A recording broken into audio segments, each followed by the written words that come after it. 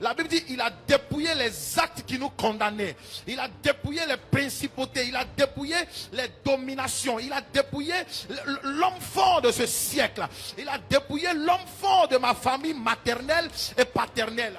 Toute maladie qui est libérée dans les airs, qu'on appelle contagion, qu'on appelle peste, qu'on appelle cancer. Je déclare que toi et moi, nous ne ferons pas partie, bien-aimés, de cet agenda satanique au nom de Jésus-Christ de Nazareth.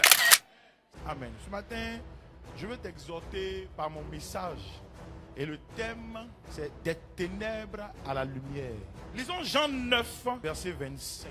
Tu sais, certaines choses dans la vie sont très difficiles à définir. Et l'une de ces choses, c'est la lumière. Si quelqu'un te demande après ce culte, qu'est-ce que donc la lumière pour toi? Que ta réponse soit très simple. La lumière est le contraire des ténèbres. Alors pour comprendre la lumière, nous devons comprendre ce que représentent les ténèbres. Si la lumière est le contraire des ténèbres, nous allons chercher à savoir ce que représentent les ténèbres pour savoir que son contraire là, c'est la lumière. Alléluia. Là où il n'y a pas de développement, ce sont les ténèbres. Là où il y a un développement qui apparaît, c'est la lumière. Si quelqu'un n'avait rien, ce sont les ténèbres. Mais si demain, l'abondance survient dans sa vie, il entre dans la lumière. Et cette saison, j'aimerais donc déclarer dans ta vie, la lumière va apparaître au nom de Jésus. Notre étude ce matin va nous permettre de nous concentrer sur l'histoire de Bartimée. Un aveugle qui a rencontré Jésus. Et on dit de Jésus qu'il est la lumière du monde. Vous allez voir qu'à la fin de la journée, cet homme a rencontré la lumière. Et il a pu voir à nouveau. Je dis au nom de Jésus, les ténèbres prennent fin. Alléluia. Voyons ensemble ce que peut dépeindre les ténèbres. Et identifions certaines choses qui sont cachées dans la lumière à travers le texte Marc 10, verset 46. Est-ce qu'on peut acclamer la parole? Oh, j'aime ça. Alléluia. Sois attentif ce matin, j'ai 4 points. La première chose, c'est que les ténèbres symbolisent la maladie. Alors, si les ténèbres symbolisent la maladie, c'est dire que la lumière signifie la guérison, cachée en Jésus-Christ qui est la lumière du monde. Lorsque un homme rentre en contact ou bien a une relation avec Jésus, la maladie ne peut plus continuer à faire chemin avec lui. La maladie ne peut plus continuer à rester dans sa vie.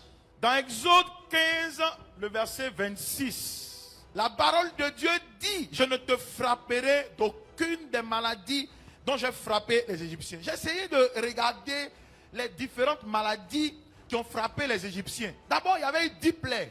Ensuite, il y avait eu de l'hémorroïde. Alléluia. Des maladies bizarres. Des maladies bizarres. Il y a eu l'apparition des grenouilles. Il y a eu l'apparition des chenilles, des mouches venimeuses, des moustiques. Et ce matin, j'aimerais déclarer sur toi, pendant que la lumière apparaît dans ta vie, toutes ces maladies ne seront pas ton partage au nom de Jésus. La Bible dit il a dépouillé les actes qui nous condamnaient. Il a dépouillé les principautés. Il a dépouillé les dominations. Il a dépouillé l'homme fort de ce siècle. Il a dépouillé l'homme fort de ma famille maternelle et paternelle. Toute maladie qui est libérée dans les airs, qu'on appelle contagion, qu'on appelle peste, qu'on appelle cancer. Je déclare que toi et moi, nous ne ferons pas partie, bien-aimés, de cet agenda satanique au nom de Jésus-Christ de Nazareth. La première chose, c'est que les ténèbres représentent la maladie. Et la lumière, dans la lumière est cachée la guérison. Que ta lumière éclose ce matin.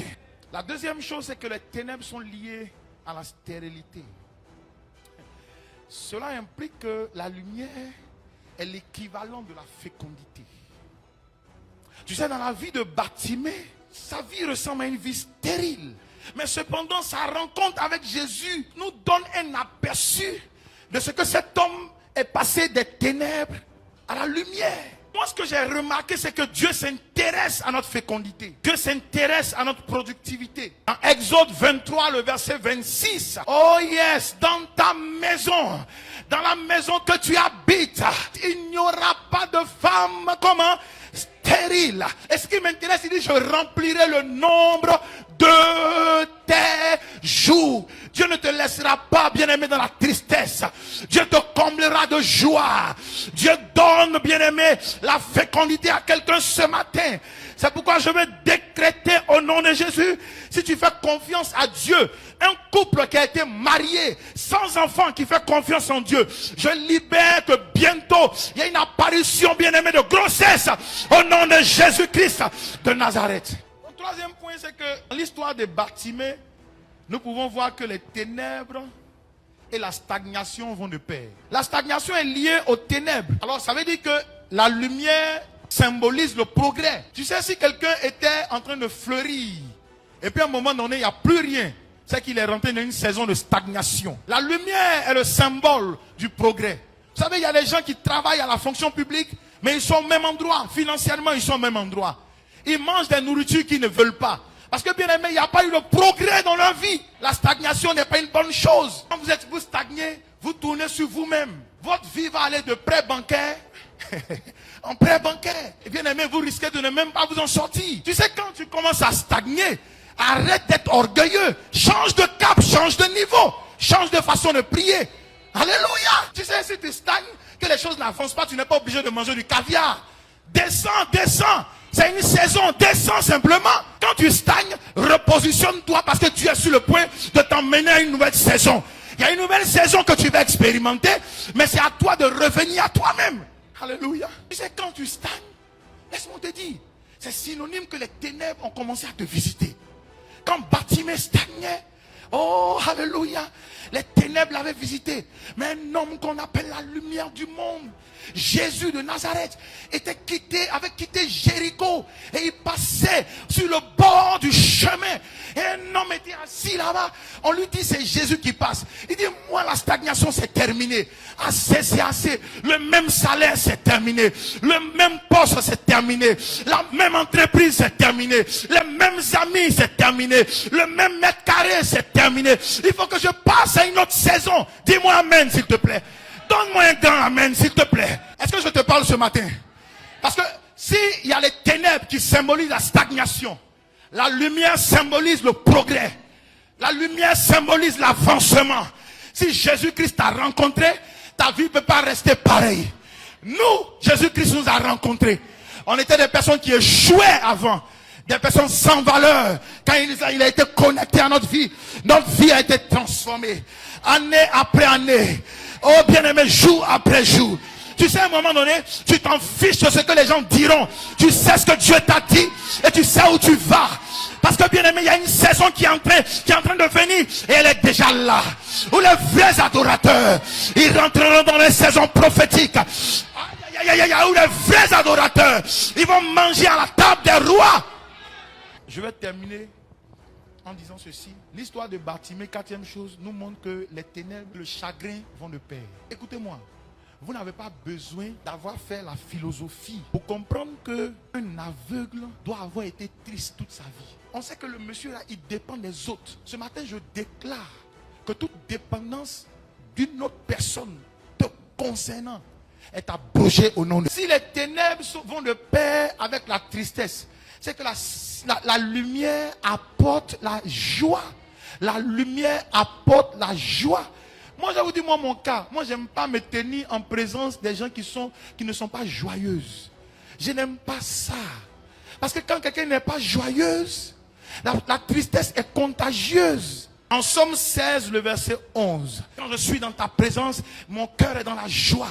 Mon âme est dans la joie. La tristesse n'est pas mon partage. Écoute-moi, tu n'as plus de raison. Moi, j'ai un conseil à te donner.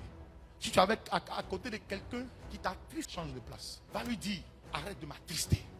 Si tu es une femme que ton mari t'attriste tous les jours, un mari qui t'attriste, un mari qui rit et qui veut que tu ris.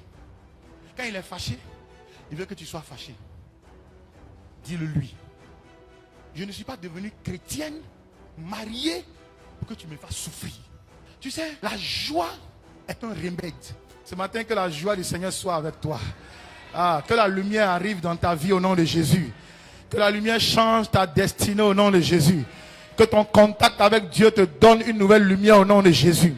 Que la lumière ne s'éteigne jamais dans ta vie au nom de Jésus. Que la lumière qui représente la santé divine soit dans ta vie au nom de Jésus.